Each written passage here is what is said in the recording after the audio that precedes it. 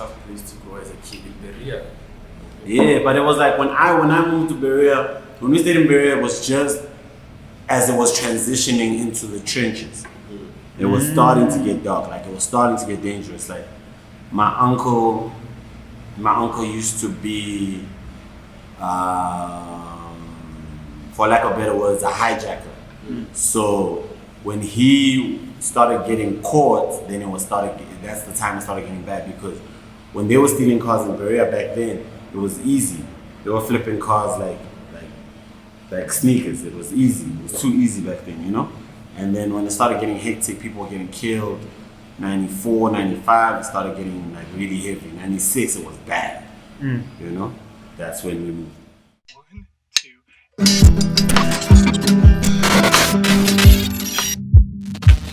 Yo, you're watching Everything SA Music. It's your boy Stilo Magolide and Ubezi level. Get that, tap in. Cape to Cairo, Ubezi in the water, on the way.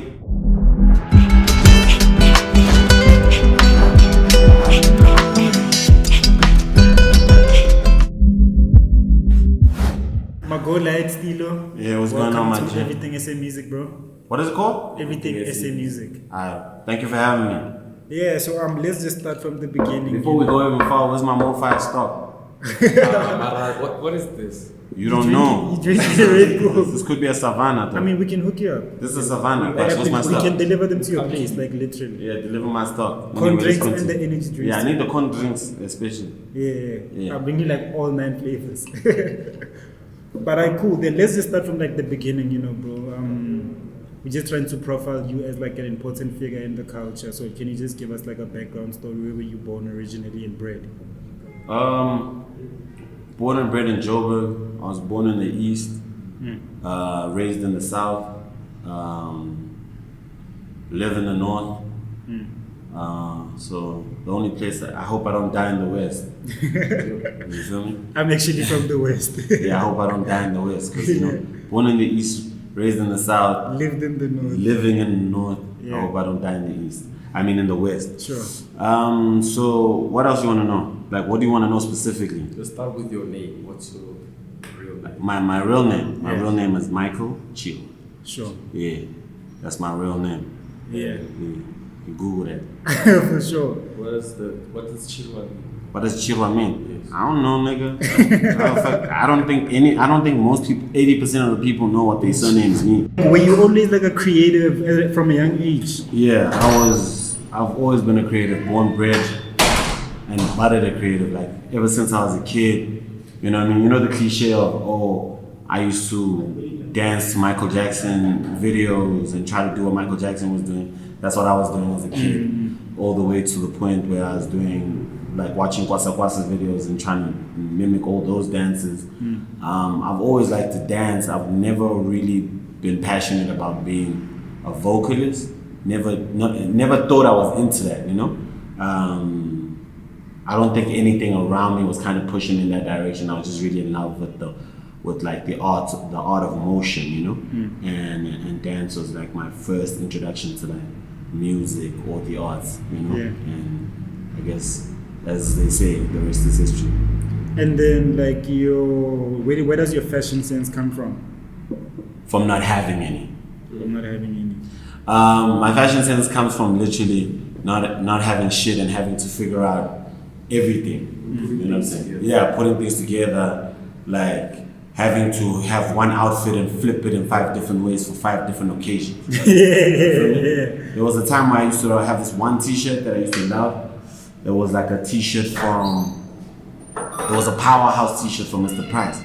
I used to flip it in so many different ways. Sometimes I used to wear that t-shirt. I used to wear my school shirt underneath, the white school shirt, because like the design had like a white, like some white in it. I used to wear my school shirt underneath, pop the collar over the t-shirt, and wear the t-shirt on top. Sure. You know what I mean? Like, I used to find many creative ways to just drip. So tell us like your time period in K1, how was it? It was very short-lived. Yeah. I think I only lived in K1 in Kredi, to be specific. I think, was it Kredi or Mtlowu? Somewhere there. Between birth until the age of about 3 or 2. You lived in K1? Yeah, I lived in the east. What's your memory of that time? How was it? Chicken licking and kotas. Slap chips, Yeah. rations. That's pretty much all I remember. And then I moved to Berea. Like I moved to Berea, I think when I was 3 or 4, and I was in Berea pretty much till the age of about 6. And then after that, I moved to the south. So from grade 1 till I became an adult, I was in the south. Sure. Yeah. Oh, but that's like a very tough place to go as a kid in Berea. Yeah, but it was like when I moved to Berea, when we stayed in Berea, it was just as it was transitioning into the trenches. It was starting to get dark, like it was starting to get dangerous. Like my uncle used to be, for lack of better words, a hijacker. So when he started getting caught, then that's the time it started getting bad, because when they were stealing cars in Berea back then, it was easy. They were flipping cars like sneakers. It was easy. It was too easy back then, you know? And then when it started getting hectic, people were getting killed. 94, 95, it started getting like really heavy. 96, it was bad. You know? That's when we moved. You were like living the Jerusalem life. Is it like story was portrayed? More or less, like almost, like not You were through and through. witnessing it. Not through and through, but like I definitely witnessed a lot of shit growing up, you know. I think that my first entry into entertainment was from living in Berea. Like, you know, at the park, with the Soul City Park or the Soul Buddies Park. Yes, yeah.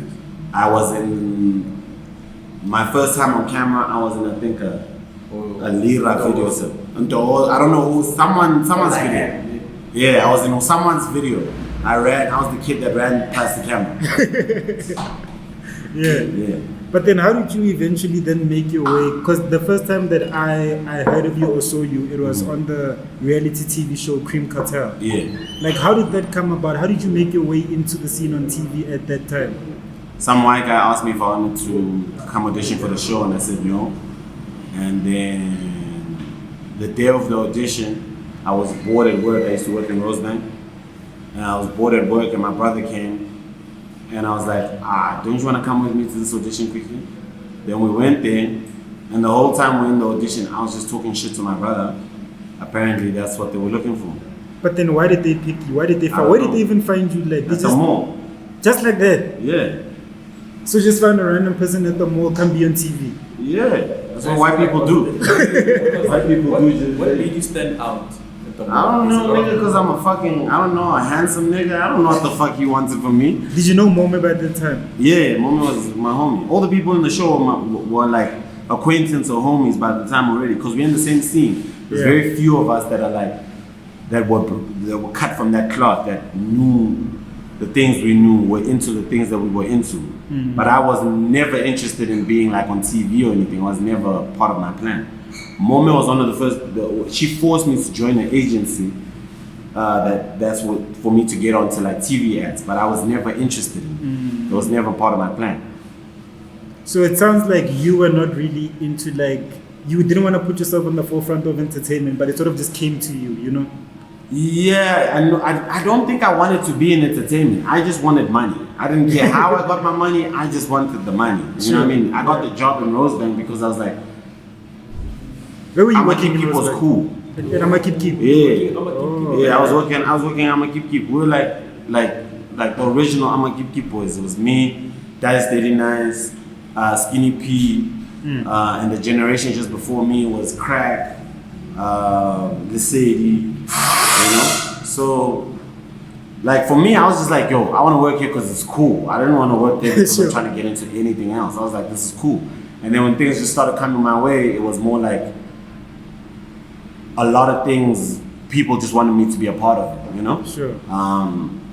And it just came naturally, so therefore I just, you know, excelled. How did you get the job at Amakipkip? Like, did they also just pick you? No. Crazy enough, I actually asked for the job and they first said no. And I asked for the job again and they said no. Then I bumped into Nkosana at Vit's Freshers. And that night we linked up and we spoke, and he's like, yo, actually, we're going to this party after this, let's go. We went to this party. After the party, we all went to his crib, whatever, we're chilling, whatever. And then my house is too far because I stay in the south. Yeah. So it's like, now, crib here, and then tomorrow you can head out. Cool. Crib in the morning. It's like, yo, man, I want you to come to the store and then try out for the job. Try out for the job, and I killed it, you know? I was one of the best salesmen there. So it was you being persistent and not giving up and actually going for what you wanted. I think so, I guess. For lack of better words, yeah. Where did you stay in the south? Kenelworth, 1015, Rosette. So the time when you were there, because you know the south is very, in fact, if I'm honest, the south is very celebrity, something like the culture there is about clothes, you know, entertainment industry, you know. Cats from the south just want to be fresh, you know. The south, the key thing in the south is like, if you're fresh, you get the bitches. If you're fresh, you know, you live the life. It's all about being fresh. Everybody wants to be fresh. But like where I'm from, the south, it's like, everybody just wants to get out, you know. Everybody just wants a better life because it's the trenches. I bet that kind of like, I'm talking one room, your whole family talk. You know what I mean? I'm talking like you and your brothers are sleeping on a sponge on the floor while your mom and pops are on a bed in the same room. The kitchen, everything is in that same room. So everybody's just trying to figure out a way to escape. You feel me? So that's the reality of my neighborhood. It's not cats in Soweto, cats in whatever, Naturena, whatever. They were better off than us because for them they might think Amakishi, you know, whatever the fuck they wanted to think it is. Sure. But the reality of it is, it's hectic commune living because it's a lot of like it's a melting pot of so many people from so many different places, different countries. You know what I'm saying? Just trying to make a better living. You understand what I'm saying? So therefore, all these people will rent one big house. There'll be 20, 30 people living in that house. You know? That's not a great life. You know? Yeah. So therefore, it's like literally a lot of people just trying to get out. So a lot of kids like either do crime, a lot of kids either like, there's so many different ways of flipping it, of trying to maneuver this thing. But that's where I'm from. Oh, but then what led you to move from the area to the south? My pops was like, if we moved to the south, it was going to be good for the trade of business he was in because there was more people because my pops from Mozambique. There was more people that did his trade of work because my pops was a panel beater. So he was like, if we move here, you know, with my uncle, you know, there's better opportunities or whatever. And it wasn't really better. It was like, it was a hustle still for him, you know. Yeah. But figured it out, I guess. We survived. I'm here. How did the fame feel after you being on Cream Cartel? Now people are watching you on their TV screens across the country. Did you see a difference in your life after that? No, I've always been famous. Always Been famous. I don't even remember in like the school and stuff. I don't remember a time when I wasn't famous. I don't remember a time when people didn't know who I was. People always knew who I was. You were just effortlessly cool. Not effortlessly cool. It's just like people just knew who I was for whatever reason. Yeah. For whatever reason, whether good or bad, someone always knew who the fuck I was. Yeah. Do you know what I'm saying? Like either you knew who I was or who I was affiliated to or who my dad was or who my uncle is or who my brother is. People knew who I was. So therefore, fame didn't feel so foreign to me. You know what I'm saying? Yeah. The only thing that I could have said like was a little different is like now having to be very conscious of things that I do because I'm famous. Yeah. Oh, okay. And then the store that you guys were working at Cream Cartel, that was your own like business on the side, right? What store? We didn't work at no store in Cream Cartel. Or was that the store or the Amakipkip store? Because you guys were always at the store. Well, I don't even remember where we were. Yeah. I don't even remember what we were doing. Okay, then let's talk about the early Brum culture. Because I was in high school, you know, it's The like early Brum Brum culture. Brum is becoming this new thing, and you are like the face, you're at the forefront of the entire thing, you know. Yeah. Yeah, can you just tell us the early days of Brum and how did it become the place that it eventually turned out to be? The culture, the fashion, the movement, the parties. I guess Brum has always been a student hub. Yeah. And, what made it the hub, or what made it cool. Shit, I really need to answer this call. Sorry, guys. So the early Brum days. Early Brum days. Prefontaine. Prefontaine started it all. Like the only reason I went to Brum was to go to Prefontaine. Prefontaine was the headquarters for Nike. My homies worked there, and we were like the guys that were always coming to Prefontaine to either get product or do stuff for Prefontaine, and then Brum just became the spot, you know, that we always hang out at, and then the vibes there just kind of evolved, you know, and then the scene started growing, and you know, I think for us we were just doing our thing. We weren't looking at it as like Brum, we're building this thing. We didn't care about that. You were just hanging out. Yeah, I think it's the same thing that was happening in Melville. Nobody was thinking consciously that we are building something cool. Yeah. You know, it just happens. So you weren't aware that you were actually at the forefront and like just like leading this whole entire movement. We didn't care about it. Yeah. I didn't care about it.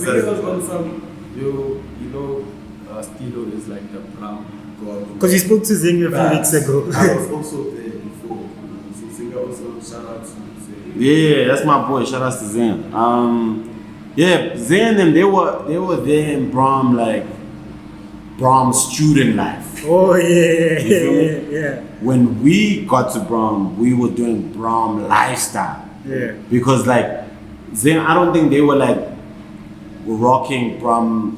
They were doing Brum, but they weren't doing the strip, the crossroad, you know what I mean, the De Beer and Juta. Sure, you know what I'm saying? yeah. When we got there, we locked down De Beer and Juta. Like, you could never be on De Beer and Juta without seeing one Boyzn Bucks member. You know what I'm saying? Like, we always like kind of ran that section of the world, you know, which was crazy.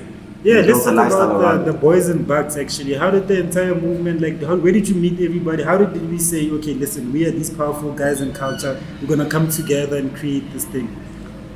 We met like in different spaces, different times. I met Ricky and I became friends when I was working at Amakipkip. Yeah. Rapping. Ricky was rapping. Ricky's been rapping forever. Sure. I've only known Ricky rapping. Yeah. He was doing directing, but like rapping was the main thing. He had like a mixtape out called Fish and Chips. Had another mixtape out called Run JHB. So Ricky was hectic. He was like pushing out the boot, and he was always hustling, you know. That's how I met Ricky, and then I met Scoop was my boss at Amakipkip because he owned a percentage of Amakipkip at the time. Oh. So Scoop was my boss. That's how I met. That's how I met Scoop. MK, I met. Me and MK didn't like each other first time we met. Crazy enough. We saw each other I think at a party or some shit at Carfax, and it was just like, who's this cat? Then we met up again like in Melville. Then we became cool. I think Mommy introduced me to uSanele and Smee. Where does the name come from, Boyzn Bucks? Who came up with that name? I don't know. But y'all were just like, okay, we are a group. And No, one of the homies came up with it. I wasn't there when they came up with the name. Sure. So which number were you in terms of adding on the members? Like, were you like the fifth member to come in, or you like the sixth? I have no idea. Probably the last member. Mm-hmm. Because like at the time, I already had a movement of my own. I was TJ Serrano's like from the get. Like I was already like, you know what I mean? I was running with my own little clique, with my own little homies. What were they called? You know what I mean? Huh? What was your clique called? Or your friends? TGH Serrano's. That's the like even my label name, my company name.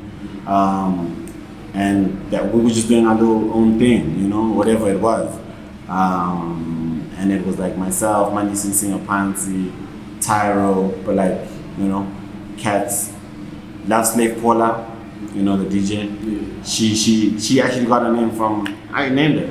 Yeah. I named it. Yeah. So, yeah, we were just like, I was always trying to build some shit. I always had like foresight to try to build something crazy. Yeah. You know? Like I did like watch an interview and they talk about you using parents, like especially your mom at a young age. Yeah. And then later on your dad. Did it like groom you to be the leader or type of person? Because you have that energy that says, you know, if you know what to do, I know what to lead me in a direction. I think it just comes from like not having a leader.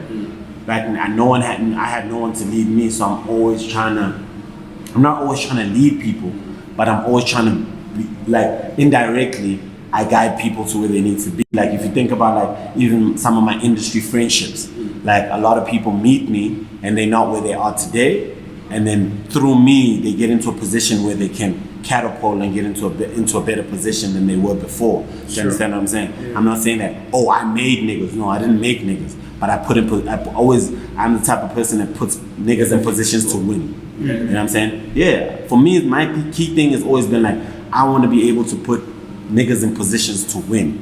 You know what I mean? Whatever that does for that person, that's great. Whatever it does for me, that's great. It's not about, in most cases, it's not about money. I'm going to eat regardless. You know what I'm saying? But I always love putting niggas in positions to win. That's really my thing, you know? Yeah. So like, just tell me a little bit about the period where you lost your mom. Yeah. Like, what were you going through and the changes in your life? Because a lot of death changes a lot of people's lives. Yeah, I think it was just like, it was very confusing because I wasn't spending a lot of time with her at the time. It was very confusing. I didn't know what was going on. And then at the time, that's when I had to move abroad, you know? So because I lost my mom, my dad was in a panic. My aunt was like, no, come live with me, and you know? And then I had to move abroad, so I moved to London, and I was living in London for like a couple of years, and then came back.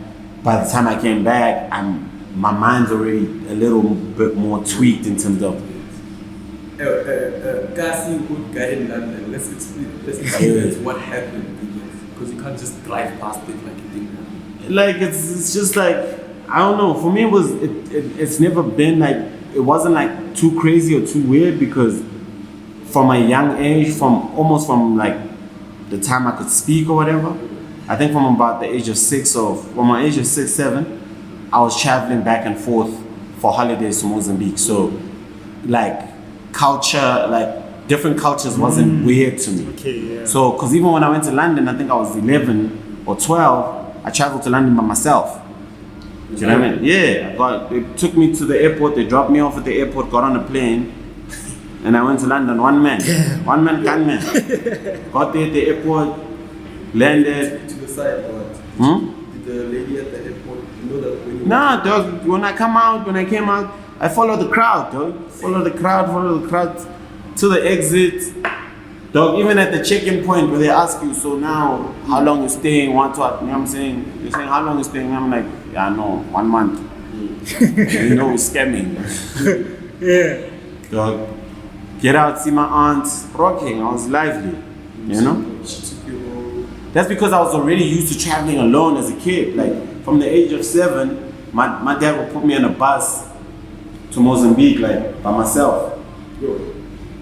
Like, he'll put me on the bus and say, yo, we'll pick you up on the other side. Did you like frightened, like someone would rob you? Nah. Dog, I come from the, dog, I was scared of getting stolen when I was like maybe 4 or 5. After that? Nah. In Katlehong, dog, I remember there was this weird rumor that, yo, I don't know, the soldiers are gonna kidnap you or some shit. Like, we used to run away from cars, you know, as little kids. So there was no way I was scared of getting stolen in town or like in London. You think? I didn't care. I wasn't thinking. For me, I don't even know what I was thinking, but I definitely wasn't thinking about that. Yeah. You think moving around like that made you like street smart and know how to move in the streets and just? It taught me how to maneuver around spaces. Sure. You know. But growing up in the South taught me how to maneuver around people's characters. Cool. Now I want to go straight into because we did speak about your mom's passing, and then a couple of years ago you lost your moms. So like that space in your life, like was it like because some people get defeated. I can't care for someone too long, I might just. So like what are you going through? That's crazy. it was very tough, man. When I lost my pops, I was like, the day I lost my pops, I was in between, like, I was starting the Channel O Awards, the actual production, like, shout outs to the big homie T. He was working at Channel at the time, he put me onto that, you know? So, that was a very tough time, but like, how I maneuvered that, how I flipped that was a crazy elevation, you know what I mean? Like, because it was like, kind of taught me to be strong. I only broke down after the funeral. After we buried him, that's when I was like, okay. Did you went to the funeral? Because I know the other one couldn't go. Yeah. With my pops, I took him to, we took the body to Mozambique and we buried him. Shout out to Ricky, he was there. So it was like a whole thing, but I only broke down after. Yeah. Just made you more strong as a kid. Yeah, it was crazy, but it taught me. But I always been like strong-willed because like in my mind I always believed that I was alone. You know what I mean? So I always moved and operated from that energy. So like your brother, you growing around now, are you just you and your brother? Yeah. Like, it's an immediate family. Yeah. So like you have to like pretty much stay with him, you know, Groom him. groom him as a Like it's like, who are you talking about? You guys talking about YS? Yeah. No, YS is not biologically my brother. No, guys, you look alike. No, Really? He's not biologically my brother, but he's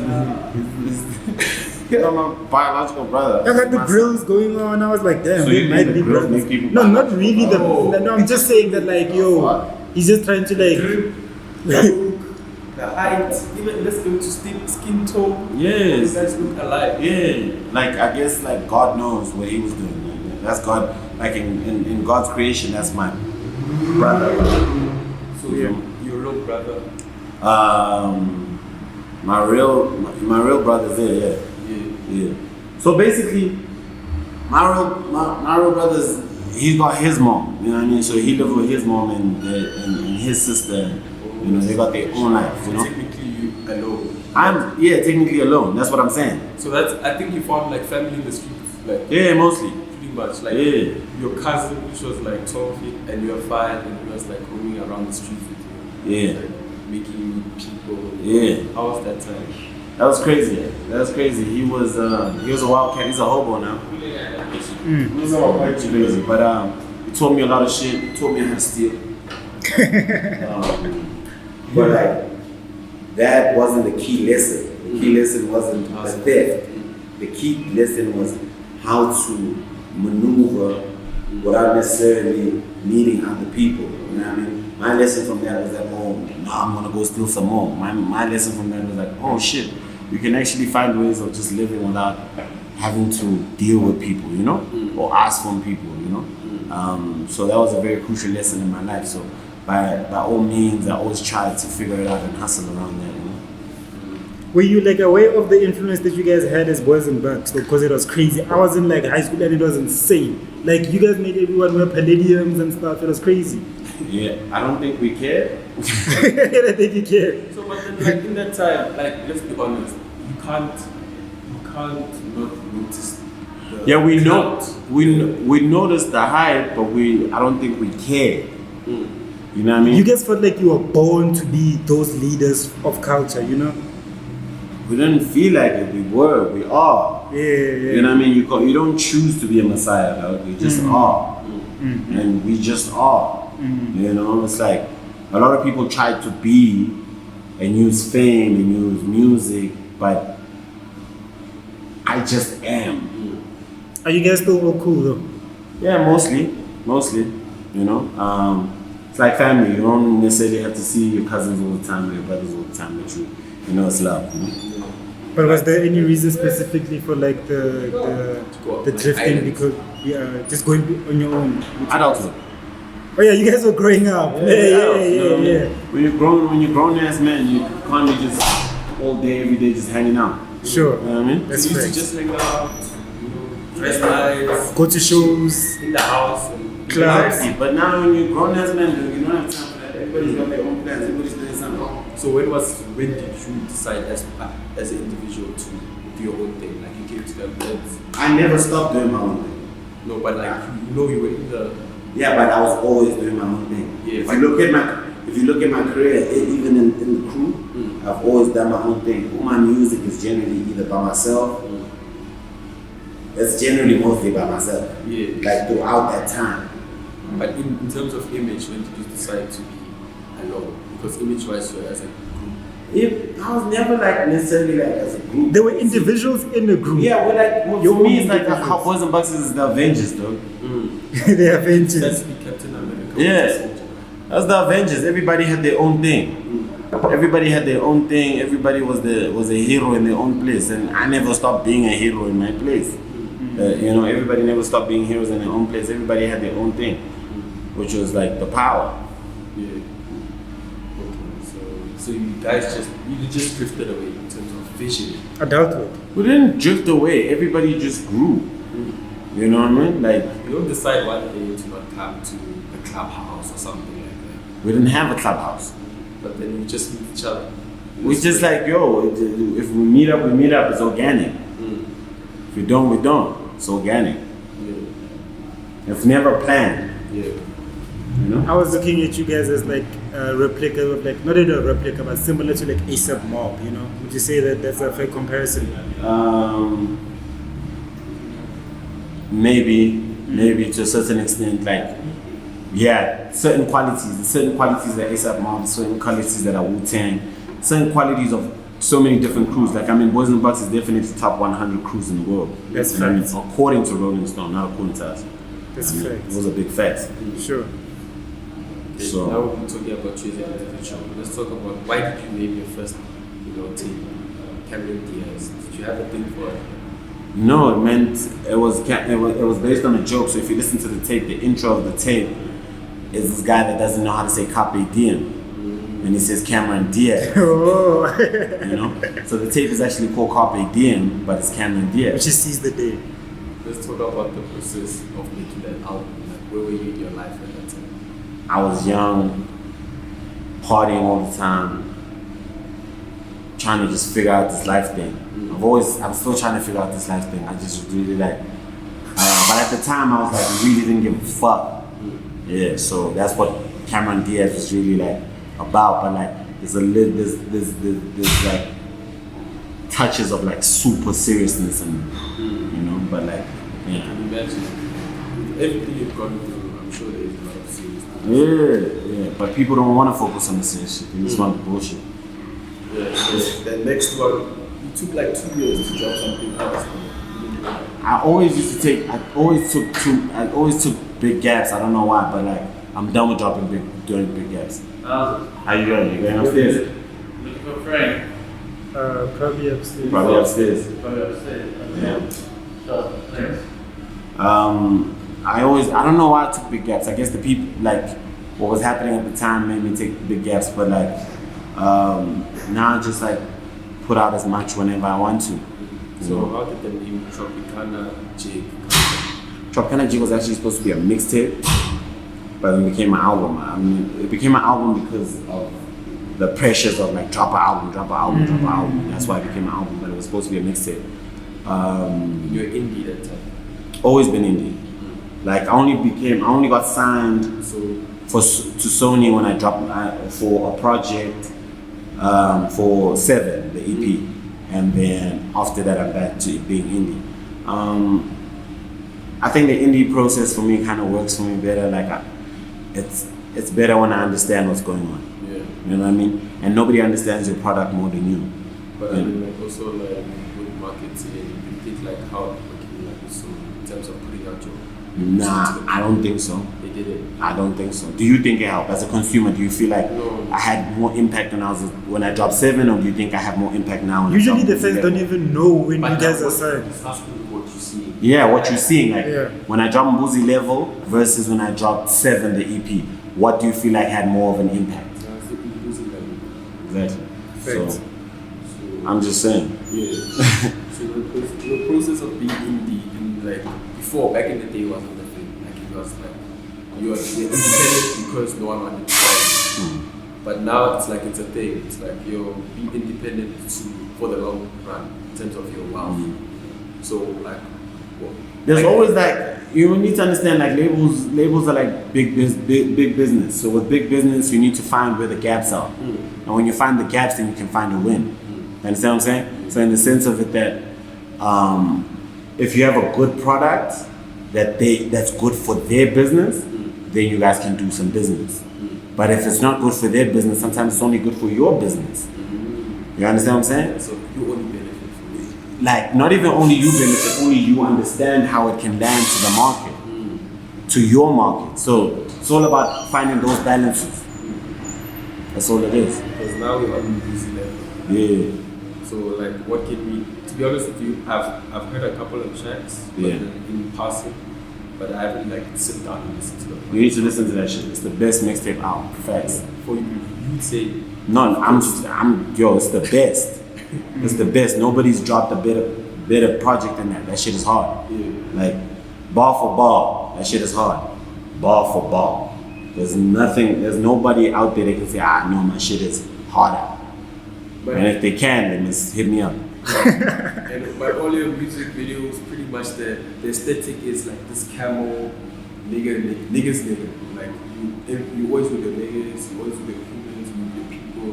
And that's all your music videos, pretty much from like the one which you did with Big Sue. From that time, I saw like most of them are similar in terms of the feel. It's creating, for me, the main thing is sticking to a conversation. So the conversation is, this is where I'm from, this is who I am, and this is what I'm about, you know? So the niggas that you see in those videos, those are not strangers to me. I don't pick up strangers and say, come be in my video. Instead, you were a stranger in that video. In which video? Yeah, I was like fucking 3 years old. You know?